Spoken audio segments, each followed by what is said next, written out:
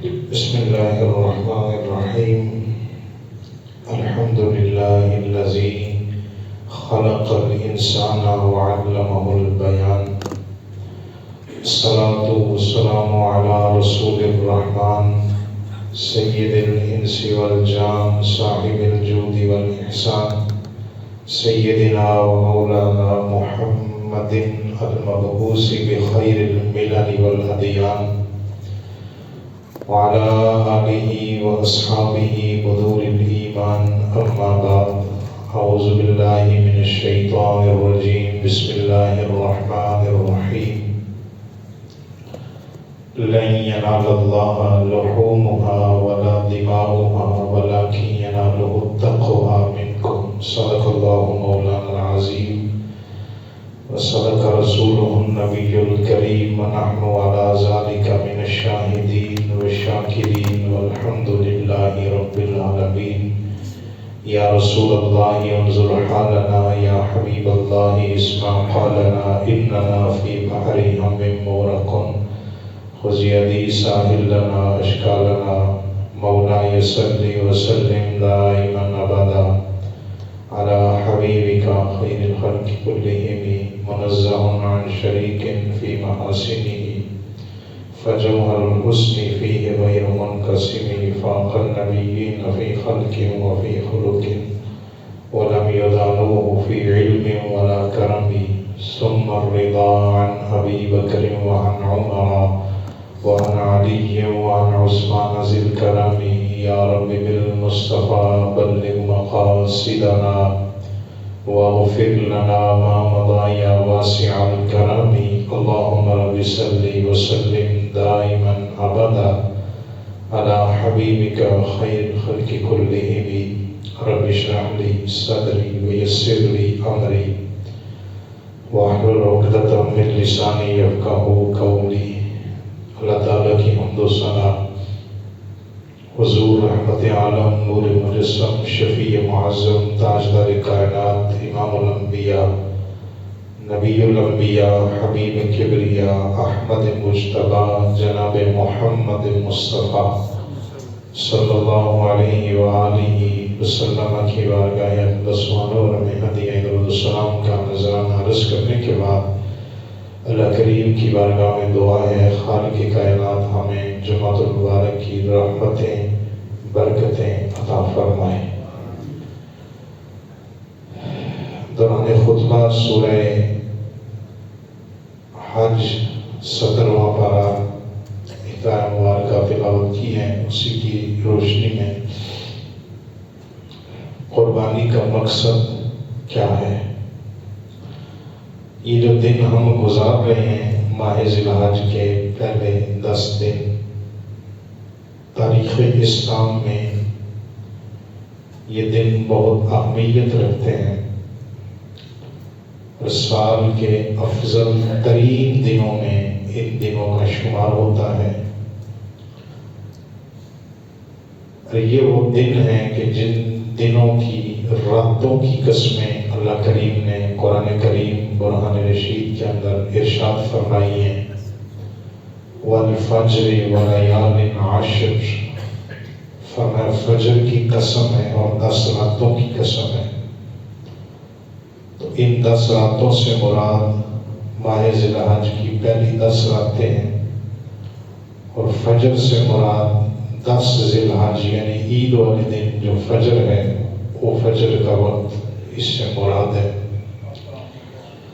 ان دنوں میں کثرت کے ساتھ اللہ کا ذکر کیا جاتا ہے، چاہے وہ حجاج کرام ہوں یا دوسرے مسلمان ہوں جو اپنے اپنے گھروں میں اپنے اپنے وطنوں میں ہیں.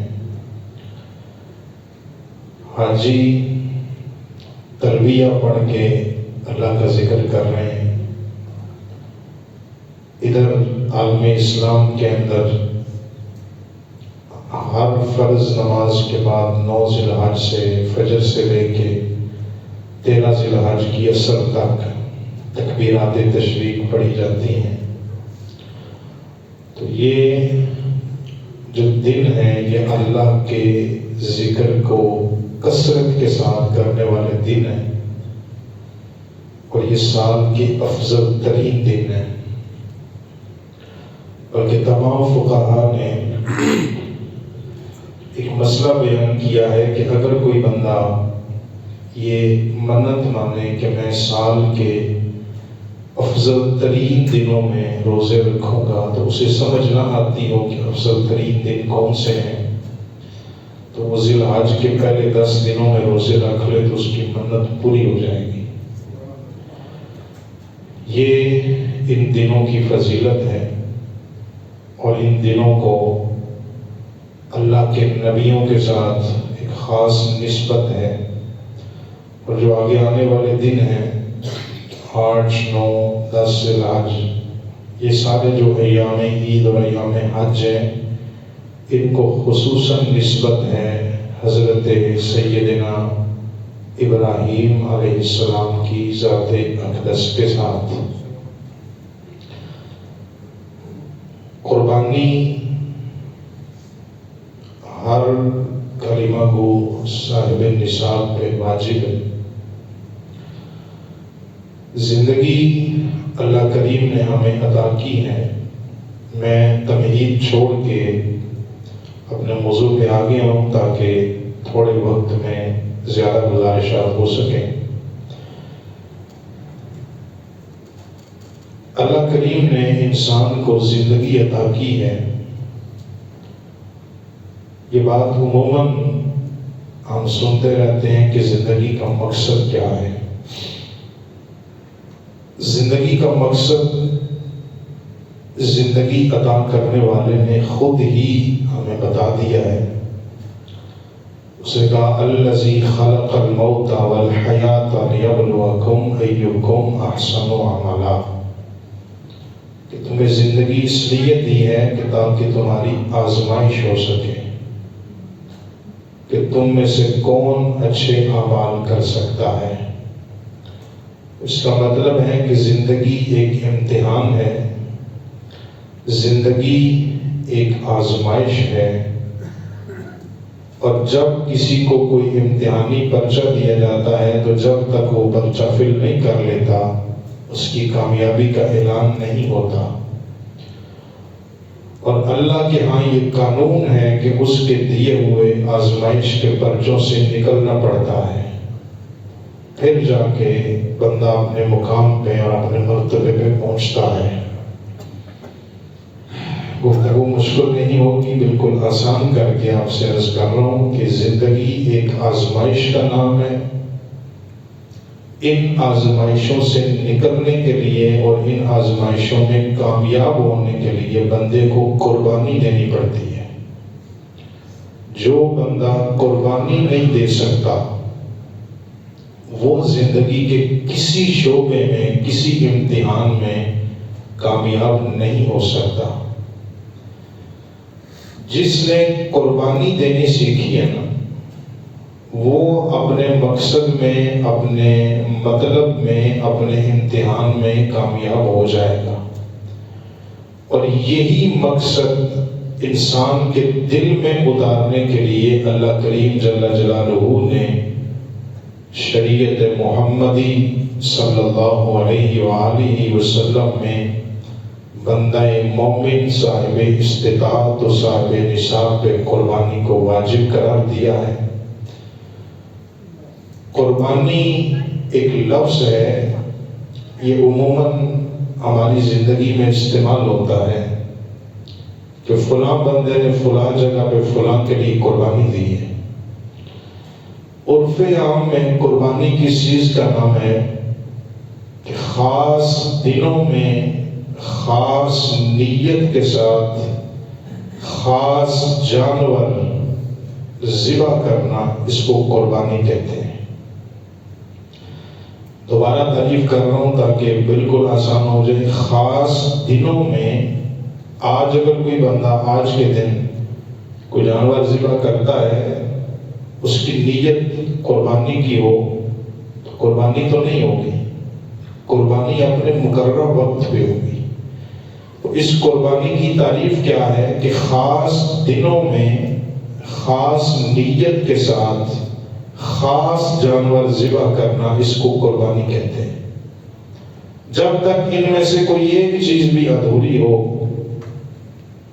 خاص جانور بھی نہ ہو، خاص نیت بھی نہ ہو اور خاص دن بھی نہ ہو، ذبح ہو جائے گا، صدقہ ہو سکتا ہے، اپنی ذات کے لیے کھایا جا سکتا ہے، حلال جانور ہو، حلال طریقے سے ذبح کیا گیا ہو، اس کا گوشت کھانا تو جائز ہے، لیکن قربانی ادا نہیں ہوگی۔ قربانی کے لیے شرط کیا ہے؟ دن بھی خاص ہو، نیت بھی خاص ہو، جانور بھی خاص ہو۔ جب یہ تینوں چیزیں جمع ہوں گی تو پھر اس کو کہتے ہیں قربانی ہو گئی ہے۔ گزارش یہ کر رہا تھا کہ جس بندے نے زندگی میں قربانی دینا نہیں سیکھا، وہ اپنے کسی مقصد تک پہنچ ہی نہیں سکتا۔ آئیں تاریخ اسلام کو ایک نظر کا مطالعہ کر کے دیکھتے ہیں۔ اس کائنات ہستی میں جس نے جو بھی مرتبہ پایا ہے، اس نے قربانی دینے کے بعد ہی وہ مرتبہ حاصل کیا ہے۔ حضرت سیدنا ابراہیم علیہ السلام کی فضیلت اور شان آپ سنتے رہتے ہیں۔ جناب ابراہیم علیہ السلام کو اللہ نے فرمایا انی جاعلک للناس اماما، ہم نے آپ کو لوگوں کا امام بنا دیا ہے۔ اب لفظ امام کے اندر ڈوب کے دیکھیں کہ حضرت ابراہیم علیہ السلام کو خالق کائنات نے بچپن کے زمانے میں امامت کا مرتبہ عطا نہیں کیا۔ جناب ابراہیم علیہ السلام نے جب جوانی کے عالم میں اپنے شہر کے بتوں کو توڑا ہے، نمرود کے ساتھ مناظرہ اور مقابلہ کیا ہے، پھر نمرود کی بات تسلیم نہ کر کے نارے نمرود کے اندر جلتی ہوئی آگ میں بھی پہنچے ہیں۔ جب ان ساری قربانیاں ادا کرنے کے بعد جناب ابراہیم اللہ کا گھر تعمیر کر رہے تھے، حریم کبریا سے صدا آتی ہے میرے خلیل، جتنی قربانیوں کا حکم ہم نے دیا تھا وہ سارے کا سارا آپ نے ادا کر دیا ہے۔ آج ہم خوش ہو کے اعلان کرتے ہیں انی جاعلک للناس اماما۔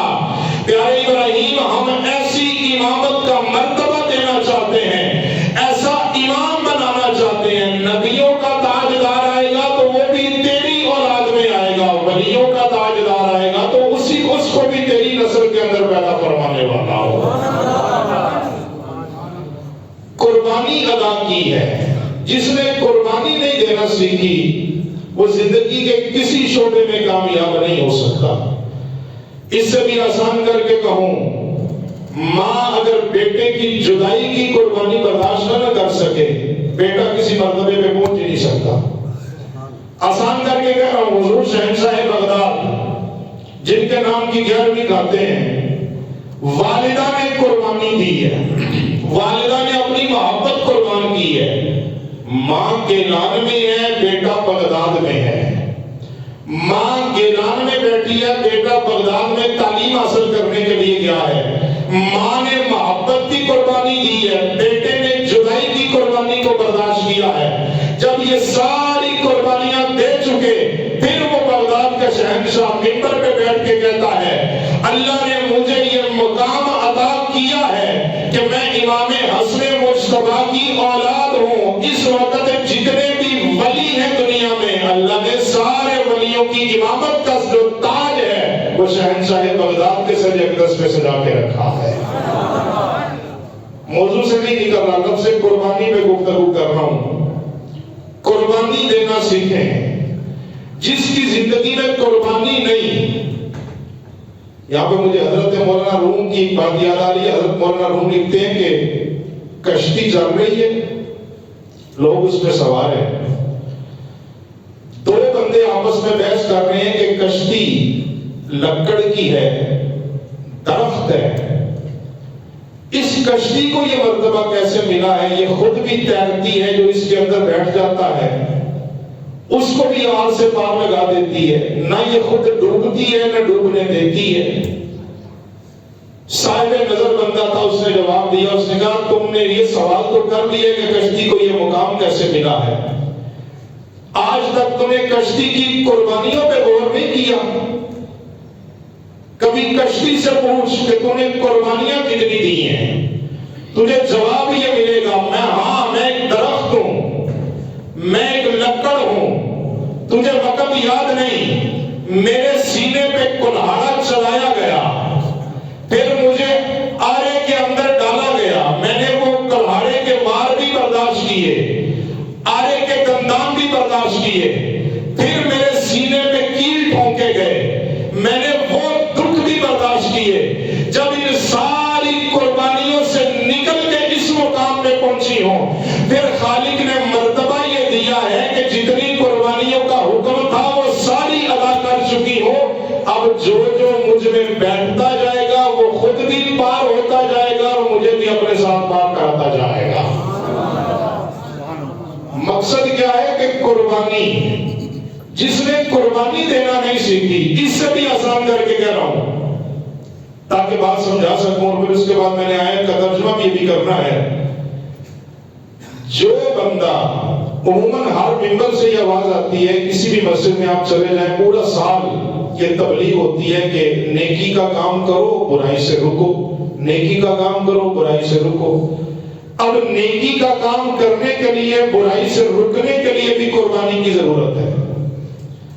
جو بندہ نیکی کرنا چاہتا ہے قربانی نہیں دے سکتا، آسان کر کے کہہ دیتا ہوں، جو بندہ نیند کی قربانی نہ دے سکے وہ نماز فجر کو ادا ہی نہیں کر سکتا۔ اس نے نیند قربان کرنی ہے تو فجر کے لیے آئے گا، اگر کسی نے برائی سے رکنا ہے تو پھر اپنے اندر کے جذبات اور خواہشات کی قربانی دینی ہے، پھر وہ برائی سے رک سکتا ہے۔ جس کے دل میں قربانی کا جذبہ نہیں، نہ وہ نیکی کر سکتا ہے، نہ وہ برائی سے رک سکتا ہے۔ آئے قرآن کی اس آیت کا ترجمہ کرتے ہیں۔ قربانی کا جو مقصد اللہ نے قرآن میں بیان کیا، قربانی کا جو فلسفہ رب نے بیان کیا، کبھی عالم تصورات میں سجدے میں ڈوب کے اللہ کریم کی بارگاہ میں عرض کرے، پروردگار تو خالق ہے، تو مالک ہے، تو رازق ہے، تو بے نیاز ہے، تجھے ہمارے بکروں چھتروں اونٹوں کی ضرورت کیا ہے؟ حلیم کبریا سے صدا کیا، میں بے نیاز ہوں، نہ مجھے تمہاری قربانیوں کی ضرورت، نہ تیرے بکرے کی ضرورت، نہ تیرے چھترے کی ضرورت، نہ تیرے بیل کی ضرورت، نہ تیرے اونٹ کی ضرورت۔ اللہ بتا تو صحیح، پھر تو نے امت مصطفیٰ پہ یہ جو واجب قرار دی ہے اس کی وجہ کیا ہے؟ اللہ فرماتا ہے لن ینال اللہ لحومها ولا دماؤها ولکن ینالہ التقوی منکم۔ اللہ فرماتا ہے جو تم قربانیاں کرتے ہو، قربانی کا گوشت بھی مجھ تک نہیں پہنچتا، قربانی کا خون بھی مجھ تک نہیں آتا، پروردگار گوشت ہم کھا گئے، قربانی کا خون نالیوں میں چلا گیا، بتا تو صحیح پھر تیرے تک کیا پہنچا؟ اللہ فرماتا ہے لن ینال اللہ لحومها ولا دماؤها ولکن ینالہ التقوی منکم۔ میں نے قربانی واجب اس لیے کی ہے تاکہ یہ دیکھ سکوں اور دنیا کو دکھا سکوں اپنی خواہش کس بندے کو پسند ہے اور کس بندے کے دل میں ہر وقت اللہ کی محبت بسا کرتی ہے۔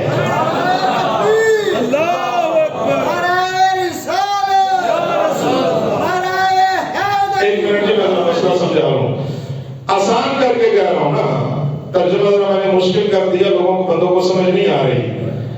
قربانی کا جانور میں نے ذبح کیا، گوشت میں نے تقسیم کر دیا، چاہے سارا اپنے گھر میں رکھ لیا، اور یہ مسئلہ بھی ذہن میں رکھے، قربانی کا سارا گوشت آپ تقسیم کر دیں کوئی مسئلہ نہیں، سارا گھر میں رکھ لیں کوئی پرابلم نہیں۔ مستحب طریقہ ہے جو 3 حصے کیے جاتے ہیں، مستحب عمل سنت ہے، اگر اس پہ عمل ہو جائے تو زیادہ بہتر ہوگا۔ اگر کوئی بندہ قربانی کا سارا گوشت غریبوں میں تقسیم کرے، سارا ہی کر دے، اور کہے میں نے عید والے دن اپنے بچوں کو بھی دال کھلائی ہے، قرآن سامنے کھلا پڑا ہے، سورہ حج ہے، 31 نمبر آیت ہے، کوئی بندہ آ کے ترجمہ دیکھ لے، تیرا سارا گوشت تقسیم ہو جائے، اللہ پھر بھی بے پرواہ ہے، تو سارا گھر میں رکھ دے، اللہ پھر بھی بے پرواہ ہے، تیرے گوشت بانٹنے نہ بانٹنے سے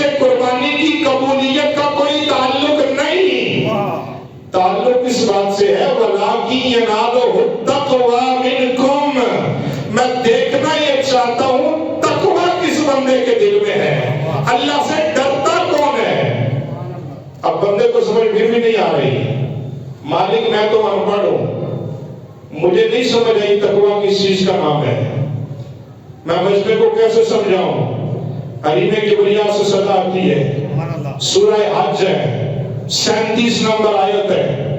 اللہ فرماتا ہے اگر تقوی کی تعریف سیکھنی ہو، تقوی کس شے کا نام ہے، مالک بتا تو صحیح تقوی کسے کہتے ہیں۔ اللہ فرماتا ہے من يعظم شعائر اللہ فإنها من تقوی القلوب، اگر دلوں کو تقوی دینا چاہتے ہو، اپنے دلوں کو پاک کرنا چاہتے ہو، دلوں کو صاف کرنا چاہتے ہو، پھر آؤ اللہ کی نشانیوں کی عزت کرو۔ جو جو بندہ اللہ کی نشانیوں کی عزت کرتا جائے گا، اللہ اس کے دل کو پاکیاں عطا فرماتا جائے گا۔ نعرہ تکبیر، اچھا نعرہ رسالت، نعرہ حیدری، شان عظمت مصطفیٰ، شان عظمت مصطفیٰ۔ من يعظم شعائر اللہ فإنها من تقوی القلوب، سبحان اللہ، سبحان اللہ۔ فرمایا اللہ کی نشانیوں کی عزت کرو۔ اب بندہ پھر پریشان ہے، مالک میں تو ان پڑھ ہوں، سمجھ نہیں آئی تیری نشانیاں کون سی ہیں، ان کی عزت کیسے کروں۔ پھر قرآن پڑھوں گا، سورہ بقرہ پڑھوں گا، اللہ فرماتا ہے ان الصفا والمروہ، ان الصفا والمروہ من شعائر اللہ، یہ صفا مروہ عام پتھر نہ سمجھ، یہ اللہ کی نشانی ہے۔ پروردگار یہ تیری نشانی بنی کیسے، فرمایا دیکھا نہیں، ایک نبی کی والدہ، ایک نبی کی زوجہ، ایک نبی کی والدہ، ایک نبی کی زوجہ، اس کے قدم ان پتھروں پہ لگے، اللہ نے ان پتھروں کو پتھر نہیں رہنے دیا، انہیں اپنی نشانی بنایا۔ میں پوچھنا یہ چاہتا ہوں، ابراہیم نبی کی زوجہ ہو، اسماعیل نبی کی والدہ ہو، کسی پتھر پہ قدم رکھے، اپنی خواہش سے رکھے، اپنی مرضی سے رکھے، ان پتھروں کو اللہ نے اپنی نشانی بنایا ہے۔ جانے جگر مسئلہ بتانا پڑے گا، اگر اسماعیل نبی کی والدہ کے پتھر کی، اگر اسماعیل نبی کی والدہ کے قدم کسی پتھر پہ لگے، ارے وہ پتھر اللہ کی نشانی ہے، تو پھر بتا تو صحیح نام مصطفیٰ نبی کی والدہ نے جن پتھروں پہ قدم لگائے، اللہ نے کتنا مقام عطا فرمایا ہے۔ نعرہ تکبیر، نعرہ رسالت، نعرہ حیدری۔ سبحان اللہ، سبحان اور قریب لے آؤں، اللہ، سبحان اللہ، دو مسئلے ذہن میں رکھے۔ سبحان اللہ، ماشاء اللہ۔ قربانی کا تعلق گوشت کے ساتھ نہیں، گوشت گھر میں رکھیں، غریبوں میں تقسیم کریں، سبحان اللہ، یہ آپ کی اپنی مرضی ہے۔ اور اگر اس دن کوئی بندہ اپنے گھر میں گوشت نہ بنائے، یہ بھی اس کی اپنی مرضی ہے۔ قربانی کے گوشت کا تعلق اللہ کے ساتھ نہیں، دل کی نیت کا تعلق اللہ کی ذات کے ساتھ ہے۔ سبحان اللہ، سبحان اللہ۔ اور دل کی نیت تقویٰ آئے گا کیسے؟ اللہ فرماتا ہے اللہ کی نشانیوں کی عزت کرنی پڑے گی۔ اچھا، اللہ کی نشانیاں، پورا مکہ بھرا پڑا ہے اللہ کی نشانیوں سے۔ صفا مروہ اللہ کی نشانی، مقام ابراہیم اللہ کی نشانی، حجر اسود اللہ کی نشانی، کعبۃ اللہ اللہ کی نشانی، غار حراء و غار ثور اللہ کی نشانی، یہ ساری اللہ کی نشانیاں ہیں۔ لیکن چونکہ مسئلہ تو ہے قربانی کا، پروردگار قربانی کا مسئلہ ہے۔ اللہ فرماتا ہے آیت نمبر 39 سورہ حج 17واں پارہ، حریم کبریا سے صدا آتی ہے والبدنا، یہ مسئلہ بڑے غور سے سننے والا ہے۔ والبدنا جعلناها لكم من شعائر اللہ، والبدنا جعلناها لكم من شعائر اللہ، والبدنا جعلناها لكم من شعائر اللہ۔ اللہ فرماتا ہے قربانی کے گوشت کا تعلق میری ذات کے ساتھ نہیں، خون کا تعلق میری ذات کے ساتھ نہیں، تیرے دل کے تقوی کا تعلق میری ذات کے ساتھ ہے۔ مالک تقوی ملے گا کیسے؟ فرمایا اللہ کی نشانیوں کی عزت کرنا ہوگی۔ مالک بتا تو صحیح اللہ کی نشانیاں کون سی ہیں، تیری نشانیاں کون سی ہیں؟ اللہ فرماتا ہے دنیا ساری کی ساری میری نشانیاں ہیں، لیکن آج تجھے ایک خاص نشانی بتاؤں گا۔ وَالْبُدْنَ جَعَلْنَاهَا لَكُم مِّن شَعَائِرِ اللَّهِ۔ اللہ فرماتا ہے وہ جانور جو قربانی کی نیت سے تو نے لا کے اپنے دروازے پہ کھڑا کیا ہے، اس کی عزت کر، یہ بھی اللہ کی نشانی ہے۔ یہ بھی اللہ کی نشانی ہے۔ پروردگار میں نے منڈی سے خریدا 100 جانور کھڑا تھا، وہ سارے ہی اللہ کی نشانی ہے؟ فرمایا نہیں، جس کو تو نے پکڑ کے اس کے گلے میں پٹا ڈال کے خریدا ہے اور اس پہ ہاتھ رکھا ہے نا، یہ ہے اللہ کی نشانی۔ میں قرآن کا ترجمہ کر رہا ہوں، تفسیر نہیں کر رہا۔ یہ ہے اللہ کی نشانی۔ اچھا اب پھر سوال ہوگا، پروردگار تو نے انسان کو عظمت یہ دی ہے، لَقَدْ خَلَقْنَا الْإِنسَانَ فِي أَحْسَنِ تَقْوِيمٍ، یہ انسان کائنات کی خوبصورت ترین مخلوق ہے۔ اب یہ جانور کی عزت کرے گا، یہ کسی چوپائی کی عزت کرے گا؟ اللہ فرماتا پھر تو نے قرآن غور سے نہیں پڑھا، میں نے ہر جانور کو اپنی نشانی نہیں بنایا۔ هَذِهِ نَاقَةُ اللَّهِ لَكُمْ آیَةً، اللہ فرماتا ہے جس اونٹنی کی نسبت حضرت صالح علیہ السلام کے ساتھ ہوئی، اللہ نے فرمایا یہ اونٹنی اب صالح کی اونٹنی نہیں رہی، هَذِهِ نَاقَةُ اللَّهِ، یہ اللہ کی اونٹنی ہے، یہ اس کی نشانی ہے۔ پروردگار انسان جانور کی عزت کرے تو اچھا تو نہیں لگے گا، اللہ فرماتا ہے اچھا لگے یا نہ لگے، انسان سے جانور کی تعظیم اس لیے کروا رہا ہوں تاکہ اس کے دل کا تکبر ختم ہو، اس کے دل کی میں ختم ہو، اس کے دل میں عاجزی کا جذبہ آئے۔ جب اس کے دل میں عاجزی کا جذبہ آئے گا، تکبر ختم ہوگا، میں مٹ جائے گی، یہ جانور کو عزت کے ساتھ اس کے جسم پہ ہاتھ رکھے گا، اس کی یہ ادا مجھے پسند آئے گی، اس کے دل کو پاکیاں عطا کرتے ہوئے پھر جتنی بھی قربانیاں دیتا جائے گا میں اپنی بارگاہ میں قبول فرماتا جاؤں گا۔ فرمایا یہ جانور کی عزت نہیں اور ہر جانور کی عزت بھی نہیں۔ اب سمجھ آئی جانور کی عزت ہم کیوں کرتے ہیں؟ ہر جانور کی عزت نہیں۔ اور اس سے بھی آسان کر کے کہوں تو اگر قربانی کا جانور خریدنا ہو تو اتنی دیر ہی پہلے خریدا جا سکتا ہے جتنی دیر بندہ اس کی عزت کر سکے، اتنی دیر ہی بندہ گھر میں رکھ لے جتنی دیر اس کی عزت کر سکے۔ کیوں؟ یہ جانور کی عزت نہیں، اس کی نسبت ہوئی ہے خاص لوگوں کے ساتھ۔ اور درمیان میں نے اشارہ کر دیا، پتھر کی نسبت خاص لوگوں کے ساتھ ہو جائے تو وہ اللہ کی نشانی ہے۔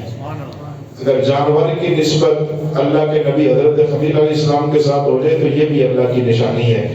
آخری جملہ بول کے گفتگو سمیٹنے لگا ہوں، آئندہ جمعہ المبارک شہر مدینہ کی یاد میں پڑھیں گے۔ آج کے بعد چونکہ حاجی مدینہ شریف جا رہے ہیں، جائیں گے، تو میرا بھی دل ہے کہ ہم یہاں پہ بیٹھ کے مدینہ شریف کی یاد تازہ کریں۔ آخری جملہ یہ بول رہا ہوں، جانور کی نسبت اگر اللہ کے کسی نبی کے ساتھ ہو جائے تو اس کی عزت واجب ہے۔ صحابی کی نسبت مصطفیٰ سے ہو جائے اس کی عزت واجب نہیں ہوتی۔ شاید میں جملہ سمجھا ہی نہیں سکتا۔ جانور کی یہ قرآن ہے، وَالْبُدْنَ جَعَلْنَاهَا لَكُمْ، گفتگو کا ٹائم مکمل ہو رہا ہے۔ جانور کی نسبت ہے نبی کے ساتھ، اس کی عزت واجب ہے۔ سیدہ زہرا کی نسبت ہے مصطفیٰ کے جگر کے ساتھ، اگر کوئی بے ادبی کرے گا دار اسلام سے خارج ہو جائے گا۔